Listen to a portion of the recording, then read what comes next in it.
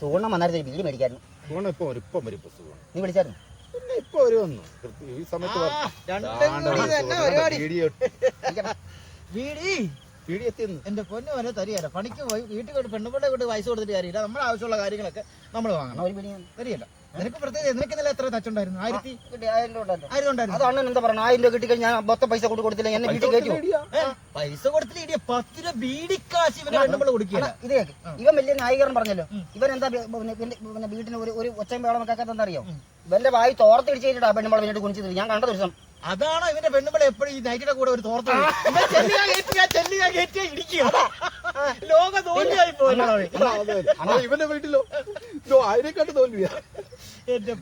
എനിക്ക് പിന്നെ ഉണ്ടല്ലോ ഇവനെ കാണുമ്പോൾ സമാധാനം. അല്ല ഞാൻ സംശയം ചോദിക്കട്ടെ, നിങ്ങൾ എന്തിനാ ഈ പെണ്ണുമ്പിള്ളമാരെ പേടിച്ച് ജീവിക്കണ്ടേ? നമ്മൾ ആണുങ്ങളല്ലേ ഇങ്ങനെ പേടിച്ചിട്ട് വല്ല കാര്യം? ഒരു അഡ്ജസ്റ്റ്മെന്റ് ചെയ്ത് ജീവിക്കണം എന്ന് പറഞ്ഞ അഡ്ജസ്റ്റ്മെന്റ് ഞങ്ങളുടെ ഭാഗത്ത് മാത്രമായി ഞങ്ങളുടെ ഭാഗത്ത് മാത്രം അഡ്ജസ്റ്റ്മെന്റ് ആയിപ്പോയി. അതാ കാരണം എന്ത് ചെയ്യാൻ? സത്യം പറയാം, നിങ്ങൾ എന്റെ കൂട്ടുകാരാണെന്ന് പറയും. എനിക്ക് നാണക്കേടാ. നട്ടലില്ലാത്ത രണ്ടെണ്ണം എന്റെ കൂട്ടുകാരായിട്ട് പെണ്ണുമ്പിള്ളയെ പേടി, പെണ്ണുമ്പിള്ളമാരെ പേടി.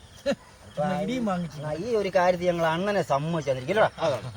അതൊക്കെ എന്റെ വീട്. ഇവന്റെ വീട്ടുപേരെന്താണെന്നറിയോ? സ്വർഗം.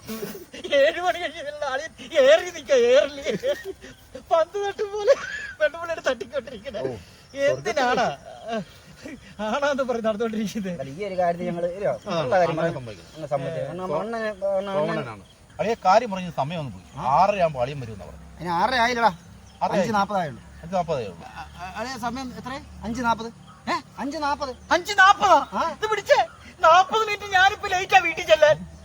പെണ്ണുപിള്ള തൊഴിലുറപ്പ് കഴിഞ്ഞ് ഇപ്പൊ വരും. അവള് വരുമ്പോ എന്നെ അവളെ കണ്ടില്ലെങ്കിലേ അവൾ എന്നെ കാലേ വാരി നിലത്തടിക്കൂടെ പട്ടികളെ.